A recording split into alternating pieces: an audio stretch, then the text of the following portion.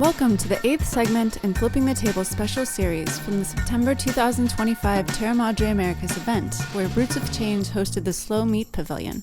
The indigenous Dene people of the Southwest like to say that sheep are life, and Roots of Change believes that too. Humans have been in close symbiotic relations with sheep for as long as agriculture has been a thing, and science tells us that has been at least 12,000 years. Today's conversation features 3 grazers of sheep, each with a different scale and type of business, but all advancing the supply of lamb and fiber for consumers who want to help fix our food system. Enjoy the show. Good morning, everyone. How's everyone doing? Good to have you here. So I've been looking forward to this talk, actually the whole 3 days, because I live in Sonoma County, see a lot of lamb in Sonoma County. Incredible place. I buy 2 lambs a year directly from ranchers in my region. They fill my freezer, and we eat lamb at least once a week in my family. So love lamb. But lambs are really important. Humans have been interacting with lambs for over 12,000 years. I think they were probably the first domesticated. We're going to hear from the experts in a minute, but they might have been the first domesticated breed of livestock, what we call livestock now, because of their natures. And they were there was an affinity between humans and these incredible creatures that produce not only meat, but also milk, cheese. Great cheese is made from this creature, and also, obviously, the meat and the wool. And so we're going to talk about this relationship between humans and lambs with 3 people who have deep experience working with lambs. And I will say we could actually mention goats. We did a lot on that yesterday, but we could mention goats because I know at least 2 of you are raising goats, maybe all 3. So I'm going to start at the end with Sallie Calhoun, introducing her. She's the founder and the leader of Piscinas Ranch, which is down San Benito County.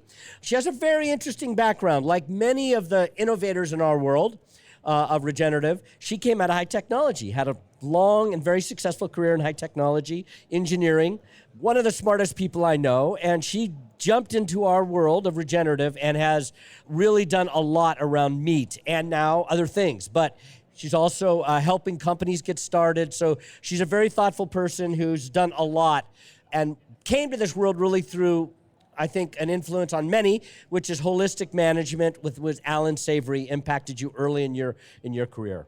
So next, Dylan Boeken from Boekhouse Hearth and Husbandry. Some of you saw him last evening with Mary Sue Milliken, where they did his goat.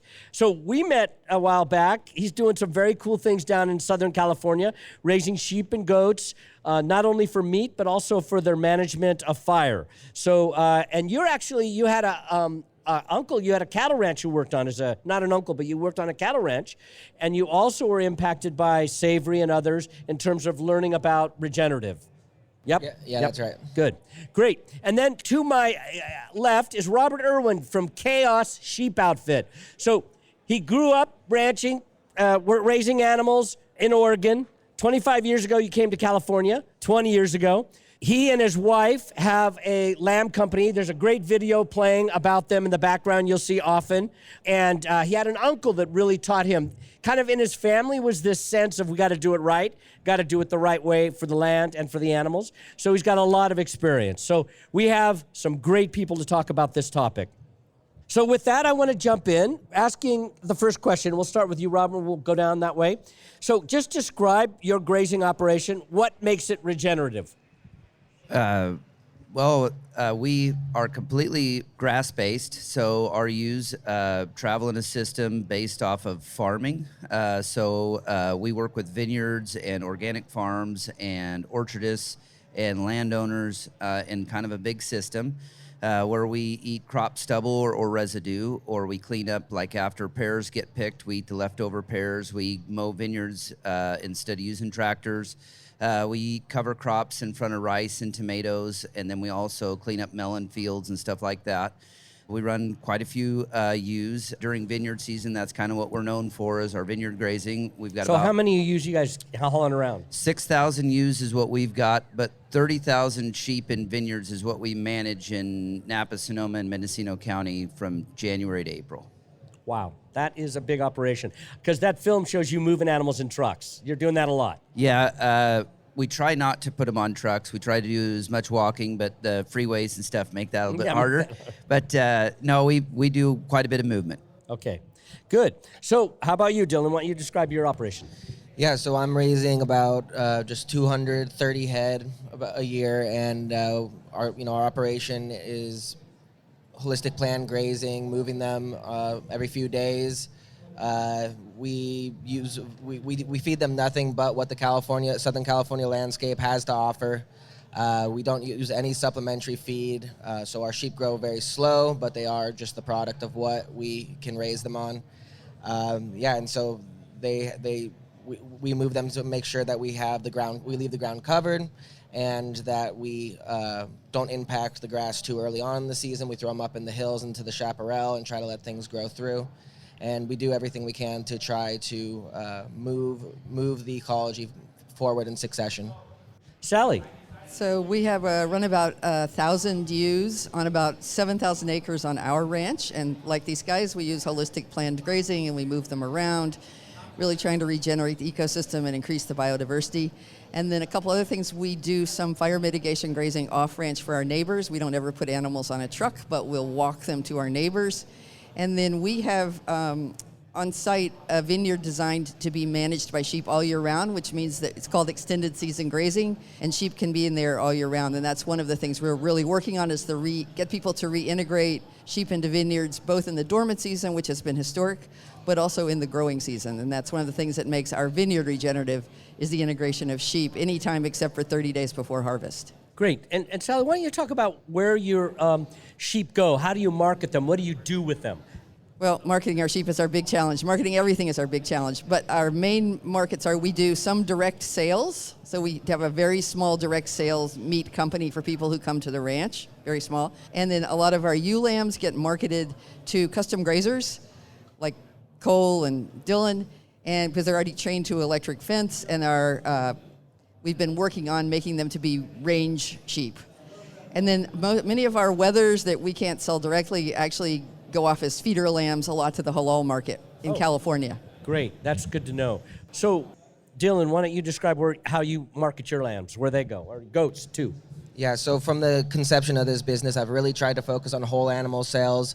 Because of that, I work with primarily chefs who have a team trained to break down animals in-house. And then outside of that, we do butcher shops, and then I do custom exempt route where I will do whole or half animal slaughter for people, and that goes to private chefs and community members and things like that. Well, marketing has been a massive challenge for the lamb industry. And so our lambs have been sold in the past on the video sales. So we use Western video marketing. Unfortunately, this is the thing that we're really trying to fix. We don't really have a great solution, but we're working on it. Our lambs have all ended up in the Detroit, Michigan, and moved through Wolverine. They've been the highest bidder at the auction. So we used to sell everything into California, but it just hasn't worked out that way. And probably about 6 years ago, the contracts kind of quit coming in, and it's been harder and harder to market lamb. Mm-hmm. Yeah, I understand that. That is a challenge. And let's just think about that for a second. Two of you are selling direct. Do you want to keep growing that market, and do you have plans to grow that direct market? Sallie? We'd love to grow the direct market. We'd especially like to work with more chefs. We only have one. We work with Chef and East, the only chefs we work with. So we're trying to grow the chef market. In terms of individual consumers, it might grow a bit, but we're not terribly hopeful. Yeah. And Dylan, your thought? Yeah, definitely. Right now, I've been putting most of my focus on the local craft butcher shops. There's a lot that, I've found butchers are the most picky. They know the meat best. So there's certain ones that I can work with, certain ones I can't. But I like working with the butcher shops because they'll take things whole, and then I want to use that base load to give me more time to build relationships with chefs that know how to break animals down. These are not the sorts of things that are often advertised on restaurant websites, so you really do need to meet chefs who know other chefs with these skill sets and to get in the door. But we are close to a lot of fine dining restaurants in Santa Barbara, Los Angeles, and Ventura, and in Ojai, where we're located, and so I do have a lot of faith. There's a lot of young chefs that are coming into the industry with the desire to do those sorts of things. Yeah, that's good. I should mention that the American Lamb Board is the sponsor of this particular talk and did a lot of sponsorship for this event. We really appreciate that. And their mission is to grow the market for lamb. And I'm just curious, Robert, with your challenge, you have a lot of animals, 6,000 a year. That's a lot of animals that you are using to breed other animals. So what is your hope? How do you think the market can be grown? Well, I've really focused on everything but the meat. The meat has kind of been what we've been trying to get as the offshoot, because I feel like the American industry has gotten as much as they could out of a pound of lamb, and we're kind of pushing too hard on that paradigm. And so I've really tried to focus on wool and grazing as the pendulum swings up to get the income levels high enough to be profitable. I really do believe we're going to have to work on becoming more efficient, and that is all the way through the abattoir and the harvesting piece to get the lamb affordable that people can eat it. Okay, well, this is interesting because you've made the segue to really this whole idea of regeneration, too, by the fact that you've built a business model. It sounds like a core piece of the business model is the service you're providing to other forms of agriculture. Yeah, I mean, it's the only way we could be in the sheep business. Over half of our income is not lamb or wool. So it's grazing or regenerative farming practices or fire fuel reduction. We do some of that stuff. And we're looking at more ways to do more of those things and better work with other people. Mm-hmm. So that kind of, in my mind, is the exciting piece for me, because it was mentioned yesterday, and probably any of you could speak to this, that one of the definitions or one of the keystone elements of regenerative is getting animals back on the land, because we separated that through ag policy and training that farmers were given for generations about separating, becoming more efficient. Was kind of a misconception of efficiency, because we thought about the efficiency the animals bring to the land. So Dylan, this is also a huge piece of your business. I know that you and Cole were kind of pioneers down in Southern California with this work. So why don't you talk a little bit about your relationships to people and the kinds of people you're providing the service to for fire mitigation? Yeah, I worked with Cole for many years in Shepherdess Land and Livestock, and we would work with private individuals that needed, fire mitigation or as far as interested in the ecological or soil health purposes. But we also work with large developers that are building communities and need fire mitigation plans to even get permits to build these communities, and then also public institutions like the fire departments and things like that. And so we worked in a lot of different settings, doing mostly fire mitigation work, but also lots of ecological work with bird sanctuary type people and things like that. I have a question for you regarding that, because we've all saw in January what happened in LA with that horrendous, tragic, destructive fire. I know that Ventura County gets fire a lot. I've been in Ojai when it's burning up in the hills. So just talk a little bit about, have you seen the positive impacts? Like when you go into a place and then there's a fire, have you noticed or witnessed the difference between the lands that you've worked and the lands that haven't been worked? The most immediate difference, the first year you graze a place, there's an obvious difference. Something that's been neglected for many years, you're going to go in there and you're going to reduce the fire fuel load significantly, and you will see immediate change that first year. We live in a brittle environment, a slow changing environment, and the changes that will follow that are much slower and depend on proper management of those animals. Yearly maintenance, I think this is one of the most difficult things for the paradigm of people paying for these services, is that the grass does grow back every year. And I'm not saying that every single landscape needs to be grazed every single acre needs to be grazed every year, but critical areas that need to be maintained might need to be. And so there's going to be need to be a lot more money available to support this sort of grazing that needs to take place. Okay. Sallie, your thoughts on this? Yeah, so we do fire mitigation grazing for a large vineyard across the street from us. And last July, it was our first year there. We were actually in the pasture, 105 degrees, windy day. A welder working on the fence sets the thing on fire. And it was a dramatic, we had to move the sheep, they were all fine, but it was a dramatic demonstration of the difference, and we could all see it.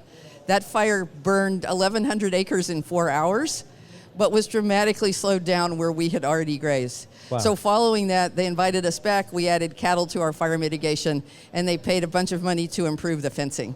So Okay. it was that dramatic that it changed Beautiful. our whole relationship. And we did not set the fire, I promise. It was entirely an accident, but it worked out really well to show the benefits. That's a beautiful example, a beautiful story that kind of encapsulates the value and what we see. It gives me great hope for the future. I know there are grazers, young people, Dylan, who came into this. I know, Sallie, you are hiring young people who are grazers. You probably do the same thing, Robert, bringing in young people. This gives me a lot of hope because there's a ton of acreage out there that needs this service. Is there an association or a group of people in your world talking about the vision of what could be and how to scale it? I'm curious. There's a group of friends that talk all the time on the phone and share as much information as we can. Brittany has gotten this grazing school of the West going so that she can bring in new people that have not been or experienced agriculturists that can get into the entry-level stuff. My wife and I had started Camp Chaos this last year to do like 202 or like the kind of the secondary education stuff. So we have a lambing camp and a parasite school and a rumen school that just What's a talked about. parasite school and what's a rumen school? Help people understand. So rumen is how the stomach of a sheep works. So we literally spend a day and a half talking about 4 compartments of a stomach and how it works. And it's probably the most interesting day and a half you'll ever spend. And we bring in several vets. And then the parasite school, the biggest hindrance of grazing is a parasite. And that would be internal parasite into a sheep. Is that worms? Worms, yep. And so what we do is try to educate how to graze around that. So how to work with nature instead of using anthelmintics, drugs. How to manage the sheep so you don't have to use those. Talk a little bit about that. I'm curious. We're off topic here, but what is it that keeps you from getting a lot of worms in an animal? Well, what's crazy is this last year was the first day we taught it, this class, but I was under the impression, my information was about 10 years old, that a worm can go from an egg to a larva in about 9 days. And that worm, because we have changed with our rotational grazing and our regenerative stuff, has now moved into 4 days. So I was wrong in my 9 days window. But from 4 days to 28 days is the prime. But it depends on climate and all this. There's a lot of variables. But you'd need to not be regrazing something for 45 days because you're just educating the worms. That way the egg won't be passed on to the next animal. The larva won't get into the next animal. So correct. You leave it, so those basically the larvae starve out there on the land or they don't get incorporated into another animal. Correct. Wow. So it's just about time, rest, and it's another complication to an already complicated book. Mm-hmm. So do you, Sallie or Dylan, thoughts about how to organize to get the state and city governments and private developers to maximize the use of these animals for fire mitigation? Any thoughts on that? Well, I guess, so from a philanthropic standpoint, we've been supporting a whole variety of efforts for 15 years on how to, it's doing a lot of different things because there are a lot of different contexts. So we've supported in Ojai the Fire Safe Council to try and do that work and mobilize their region. We've worked with a lot of small custom grazers. So I think it's a lots of different things approach, and we all need to, like even in our community, we've been trying to get the guys at the dump to pay us rather than to use chemicals. We have failed so far because we haven't mobilized our community around how important that is. So I think there's just tons of work in lots of different directions that we can all do no matter where we are. And we're doing our piece, which is working with grazers and supporting things like Chaos Camp and Cowgirl Camp and Grazing School of the West. So. Great. Dylan. Yeah, and I've worked with Mike, Cole. please. I've worked with Cole in Grazing School of the West, teaching brand new students how to get into the sheep business, simple things. It's, a few days to a week-long course, and so there's still the need for going much deeper into building that skill set and, being able to work with sheep more closely. Something that I would love to see open up in the future is, in areas where contract grazing funds are, exhausted, having more free or cheaper leases on public land be opened up to open up opportunities. Because even with the contract grazing, in many cases it's seasonal work, and having a place for people who do learn these skills to continue to run a business and make a living during those off seasons of this seasonal work as well. Great. Okay. Well, one thought I have is we should work together on something, because I think that it's a real important thing. The Secretary of Resources, Wade Crowfoot, was here the other day talking about the value, the power of animals to help us with this problem of climate change. And maybe we should try and create a lamb or a sheep, a celebration day in this state about what you guys are doing, because it seems so important to me. I mean, it would be wonderful for people to understand the value. So I want to get into another issue, which is wool. One of the great tragedies in this country is that synthetic fiber has destroyed the market for natural fibers. And wool, I grew up, we had wool suits, we had wool pants, I had tons of wool sweaters, still to have those. But wool was like so important when I was younger. Over the years, that's been eroded by this synthetic thing. The terrible thing about the synthetics is they are toxic. So they're not like wool. They don't break down organically. They end up being in the ocean or in dumps. We know now that huge amount of the wool that comes off animals every year ends up in landfills, which seems completely insane. At least it's not toxic, but it's a lost resource. So I would love to hear from each of you, your thoughts. Where's the hope? Are you seeing more uptake on wool? Is wool important to you? What do you want to see happen in that world? Robert, do you want to begin?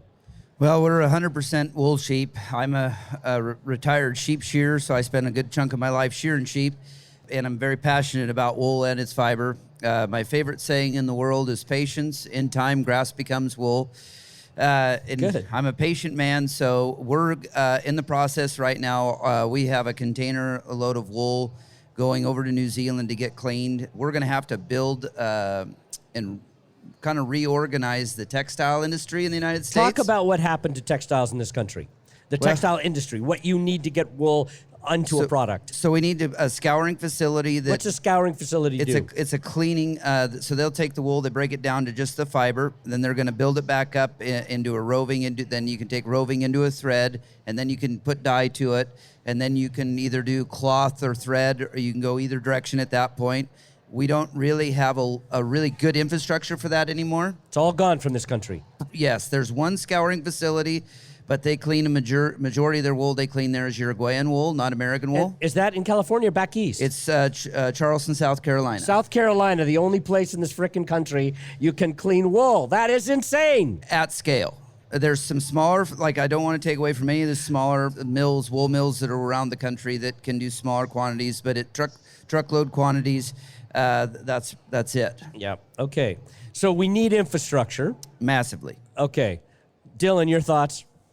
Yeah, well, I and correct me if I'm wrong, but we've talked about during this conference the need for more butchers. We're talking about now the need for more grazers, and I think probably lower than both those is the amount of shearers present in any area. We don't have enough shearers anymore. This guy retired. Yeah. Yeah.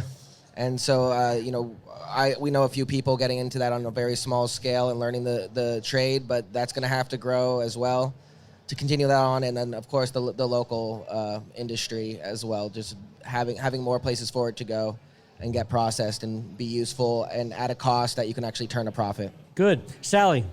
We actually developed a hair sheep flock because we couldn't really get shearing in San Benito County. We knew that.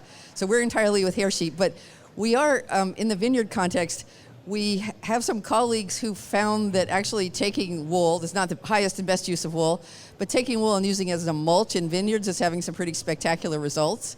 And Kelly Mulville at Paisanos Ranch is currently working with an entrepreneur around developing the infrastructure to make maybe wool mats that could be used for mulch. Again, I'd much rather it go into clothing, but I'd rather get it out of the barns and have it not go into the landfills. So that's the side we've been doing a little work on. So innovation around wool. Go ahead, Robert. Well, I've got 5 years worth of wool in the barn. I can help out with that. 5 years worth of wool built up. Can you imagine what a loss of resource that is? Because I think wool is incredible stuff, man. How many people out there have a piece of wool clothing they love? Yeah, okay, good. There wasn't one person who did not raise their hand. Okay, that's good. That's saying something. Okay, so I want to turn to this idea of the future. We talked about the need to get more recognition of what you're doing to mitigate fire, which is so horribly destructive and traumatic for this state, for the West in general. But actually, I have a question. I forgot to ask this earlier. How many sheep do we have in the state of California? Does anybody know? There's 500,000 sheep in the state of California, the second largest sheep state in the union. What's the number one sheep state? Texas. Texas. Wow. Now, what's the division between hair sheep, which that is sheep without wool, and wool sheep? What's the breakdown in terms of population between the two? I don't know that exact, but I do know that California is the largest wool-producing state. Texas is, I think, at least 50% hair sheep, but California is the largest wool-producing state in the union. Okay, wow. That's interesting. I didn't know that. Another question. Our first panel on Wednesday was about livestock and predators. Lamb is delicious, so there are lots of predators that want to eat it, particularly when they're young, right? So I'd like to hear from each of you about predation and your challenges. Just to give a little context, this talk was about ranchers in Montana who are dealing with wolves, grizzlies, coyotes, and lions. And they are those who are really trying to support biodiversity are learning to actually live with the losses. They have a program, they get paid for their losses. Interested to know if that happens here in California. But what are your thoughts about the predation and the reentry of wolves into the state, and your thoughts? Robert. It's going to be interesting. It's the second oldest profession known to mankind, and we're trying to modernize it. And I don't know if I have any solutions to any of that. I have some ideas. We use night corrals when we're loose herding. What's a night corral? So a night corral is we take portable fencing, we move it around every night, we bring the sheep into a portable electric fence at night, and then... So they're packed tight. They're packed tight, and that's really helped with depredation in California. That can protect the lambs in the middle. And the dogs have got a fighting chance. So we've got about 40 to 50 white Great Pyrenees Anatolian guard dogs, livestock protection dogs we utilize. Between electric fence and the dogs, we really don't have a huge depredation problem. Great. We lose a majority of our depredation is to two-legged coyotes, which is two-legged coyotes, which is an unspoken thing in the state of California. That's people stealing your animals. Wow, that's heavy. Yeah, how many animals a year do you use like that? Between 50 to 200. Jesus, that's incredible. People stealing lambs. That's sad. Dylan, your thoughts on this? Predation in our area is primarily lions, coyotes, just those two. The lions are generally not a huge issue. Every now and again there is an event that's normally in a unique situation where I've put them into a manger of a kind with no guard dog. It'll get in there and, kill everything and take everything or take something. Coyotes is really the main one, and as long as I've got my fence up well and a guard dog in with them, they're really not much of an issue. You brought up wolves. That's something that we don't experience at all, but I do think it would be a totally different scale of management, and that would be definitely a learning curve when that makes its way south. Okay, thank you. Sallie.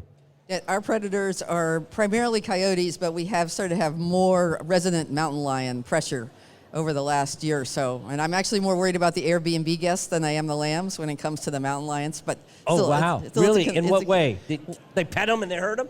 No, the mountain lions, people going out at dusk or dawn to run and encountering a mountain lion. It's but we use dogs. We don't use night fencing anymore. We have tried lights at night and stuff, but we've pretty much just gone back to using dogs. And our pastures are not huge. Uh-huh.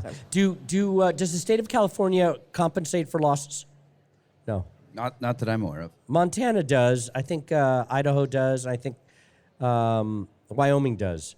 Maybe that's a piece of legislation we could work on to compensate you guys when that happens. Because if the state wants biodiversity, which is part of the 30 by 30 plan, they should incorporate that.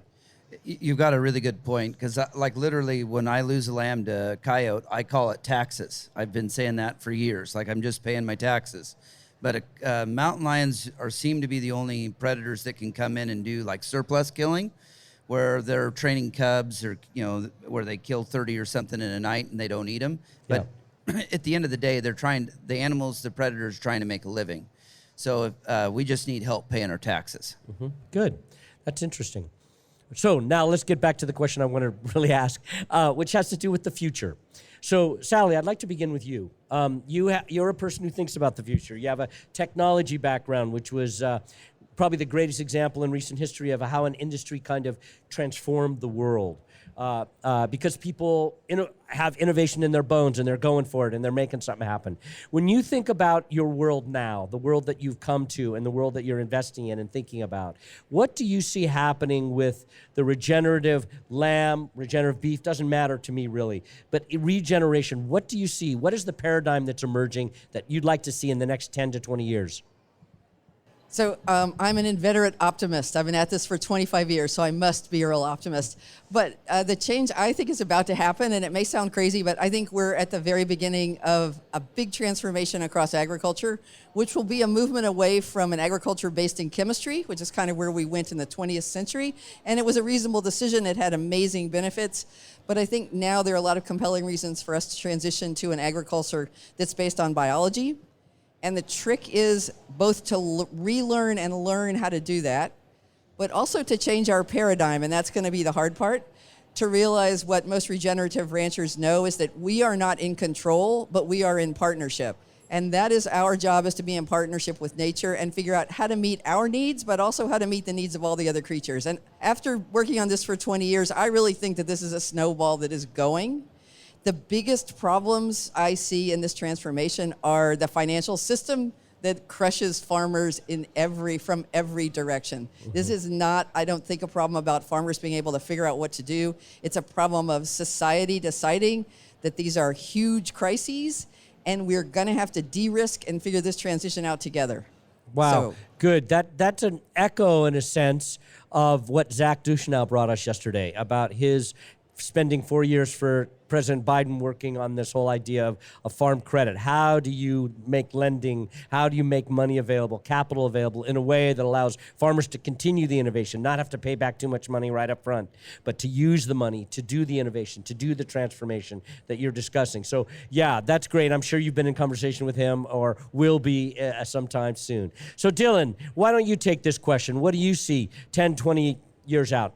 You know, this is the first thing that's coming to my mind is something that I've been skeptical about. It's on my mind because someone just came to my table and talked to me about it right before this talk, and it's the virtual fencing for animals. I don't have a lot of personal experience with it. I worked on a cattle. Explain what virtual fencing is for people here. Virtual fencing is putting collars on your animals or collar around their neck. Yeah, around the neck that will make a noise and then eventually a shock, at least with some of the models. And you will draw a virtual line with a program, and when they approach that line, that will... They get the signal. Yeah, and... so they don't move beyond that line that you've established with satellites. Yeah, and you know, this would replace the electric fence building, and my personal experience with it was with a cattle rancher, and they were, you know, on the third generation of collars. This was 5 years ago now, and they were, you know, ripping them off pretty frequently and things like that. They were very expensive. He was part of a trial program, so it was to no cost to him. It does require huge expenditures. The only reason that it's something interesting to me is I'm curious about the margins in a meat business are very tight, and I'm curious what what sort of opportunities are there for not only making meat businesses more financial, but also grazing some of these incredibly difficult landscapes to fence. Where you can't build fences. And I mean, from working with Shepherdess Land and Livestock, you can, but it's very expensive, and it's a lot of labor. And so I am interested to see where that goes, and it's probably the first thing that comes to my mind. I will say that I had a little experience this summer. After I went to, our team went to the Old Salt Festival in June in Montana, and my cousin is a cattle rancher in southern Montana, so I went down the week that he started using collars.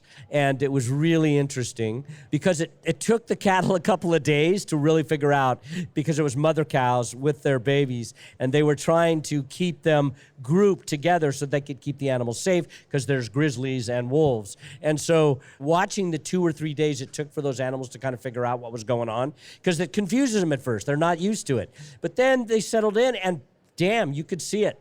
They were living on the line, and they were able to make it work. I haven't talked to them since, so I haven't heard what the long term was. But I do, and we've talked to ranchers in the Sierra who are doing this, where there's a lot of fire. So you build a fence, 2 years later there's a fire, and you got to rebuild the fence. It's really freaking expensive.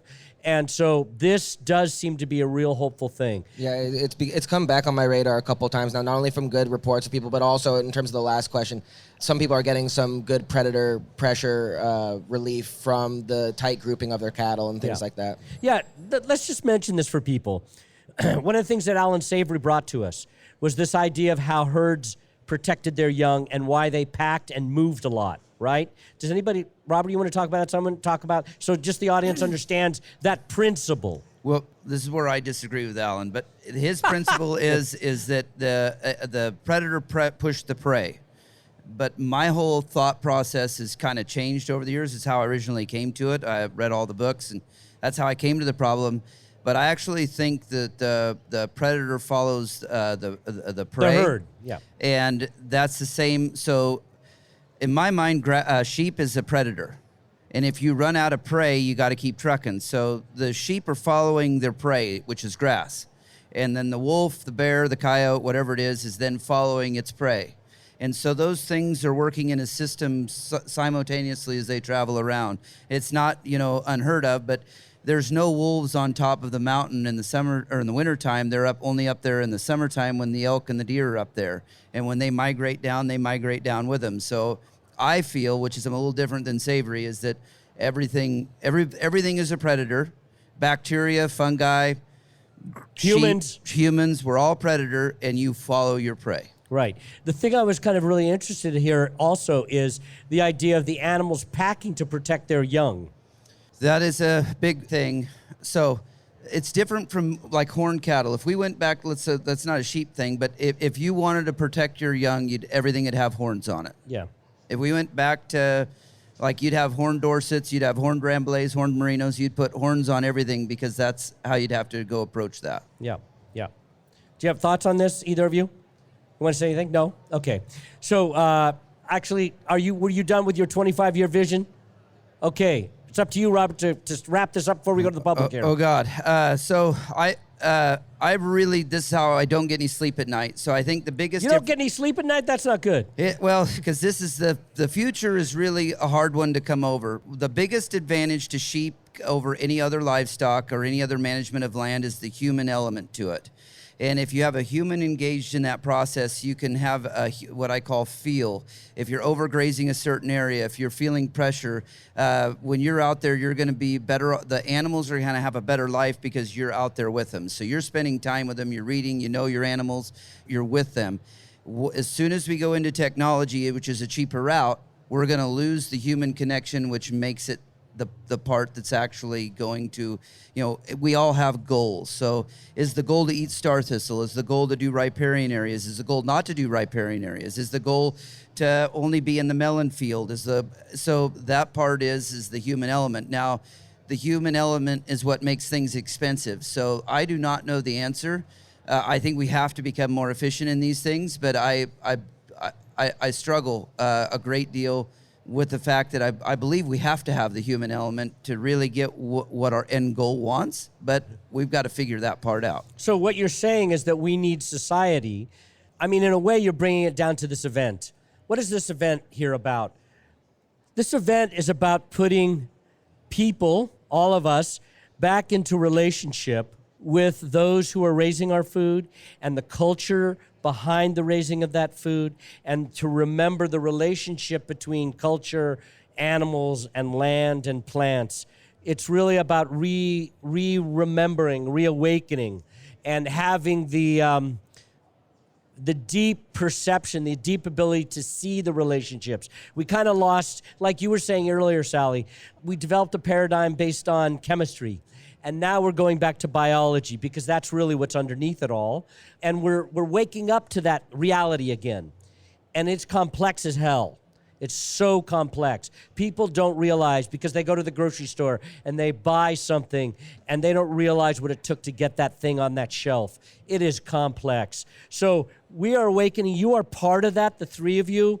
really grateful for the work you're doing and applaud this idea of getting people back into relationship with you, the animals, and the land, and appreciating it and being willing to support it in the way it needs to be supported to make us all healthy. So with that, I want to turn it over to the audience. Are there questions from the crowd here? I'm curious about the sheep grazing for the weed control and that for fires. I live in Escondido. I've had to evacuate in the past for fires.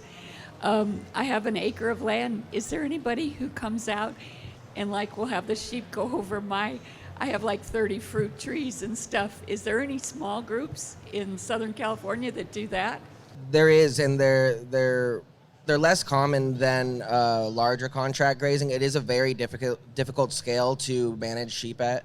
Not only is it difficult for those businesses to arrange it, but if that is the focus of a particular business, it is ultimately often more expensive than regular contract grazing prices. But there are groups out there, and perhaps even some near you, I think that we know of that might come out for something like that. Connect at the end, and maybe there could be some help there.